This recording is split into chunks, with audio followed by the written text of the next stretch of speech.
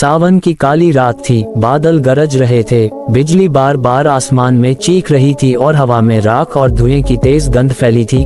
गांव के बाहर वो पुराना शमशान रास्ता सुनसान पड़ा था जहां लोग दिन में भी जाने से कतराते थे, लेकिन आज की रात वहां जाने की सख्त मनाही थी, क्योंकि गांव वालों का कहना था कि सावन की अमावस्या की रात वहां एक चुड़ैल खड़ी रहती है जो राहगीरों को अपने साथ ले जाती है। उसकी आंखें लाल, पैर उल्टे और बाल बिखरे रहते हैं, और कोई अगर उसके करीब चला जाए तो उसका शरीर ठंडा पड़ जाता है। उस रात गांव का ही एक लड़का राजू अपने दोस्तों की चुनौती पर उसी रास्ते पर निकल पड़ा।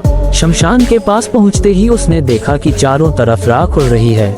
जली लकड़ियों की बू हवाओं में थी और नीले धुएं के बीच कहीं से किसी औरत की हंसी गूंज रही थी। पहले तो उसे लगा कोई मजाक कर रहा है, लेकिन जैसे ही उसने देखा कि रास्ते के किनारे सफेद साड़ी में एक औरत खड़ी है, उसका कलेजा मुंह को आ गया। वो उसे घूर रही थी, उसकी आंखें लाल थी और हवा में उसके बाल लहरा रहे थे।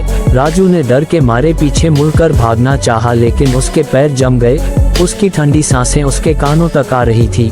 उसने फुसफुसा कर कहा, यहाँ क्यों आया? राजू चुप रहा, और तभी उसके चारों ओर राख का गुबार और तेज हो गया। उसने देखा कि उसके उल्टे पैर जमीन से नहीं टिके हुए थे, वो हवा में कुछ इंच ऊपर खड़ी थी। उसकी मुस्कान और गहरी हो गई। उसने इशारा किया और धुंध से एक अघोरी बाबा भी दिखाई दिया। उसकी आंखें बंद थी, वो कुछ तंत्र मंत्र पढ़ रहा था और चारों तरफ आग के गोले उठ रहे थे। राजू की चीख निकल गई, लेकिन कोई सुन नहीं पाया।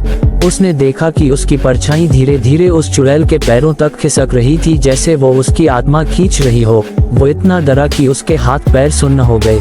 उसी वक्त अघोरी बाबा ने आंखें खोली और बोला, अब ये रास्ता तेरा नहीं है, और आग का एक गोला राजू की तरफ बढ़ा। उसकी आंखों के सामने अंधेरा छा गया। गांव वालों को सुबह उसकी चप्पलें और राख में पड़ी उसकी परछाई के निशान मिले, लेकिन वो खुद कभी नहीं मिला। आज भी लोग कहते हैं कि सावन की रात को उस रास्ते पर वही चुड़ैल खड़ी रहती है, जो हर साल किसी नए शिकार का इंतजार करती है। और अगर तुम भी उस रात उस रास्ते पर गए, तो हो सकता है अगली कहानी तुम्हारी हो। अगर तुम्हें ये डरावनी कहानी पसंद आई हो तो इस रहस्यमय सफर में हमारे साथ जुड़े रहने के लिए चैनल को अभी सब्सक्राइब कर दो और इस वीडियो को लाइक भी कर दो, ताकि हम ऐसी और भी डरावनी कहानियाँ तुम तक लाते रहें। और हाँ, अगली बार जब सावन की रात में बाहर निकलो तो उस रास्ते पर जाने से पहले 2 बार सोच लेना, क्योंकि वो आज भी वहाँ खड़ी है, बस तुम्हारा इंतजार कर रही है।